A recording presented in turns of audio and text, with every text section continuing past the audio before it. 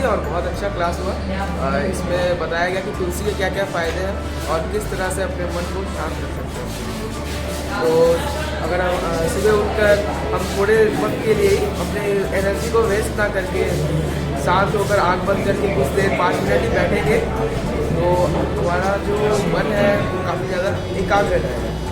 और तुलसी के फ़ायदे तो काफ़ी सारे मैम ने बताए हैं कि खा कर देखो क्या क्या फ़ायदे होते हैं। बहुत सारे फ़ायदे होंगे ज़रूर, जैसे मैम ने बताया ही है।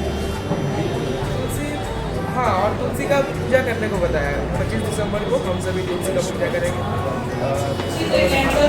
दूर होता है और खांसी सर्दी जुकाम को खाने से खांसी सर्दी जुकाम ठीक होता है।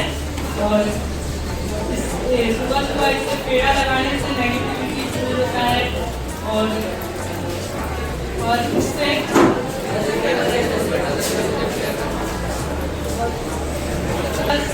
याददाश्त शक्ति बढ़ता है।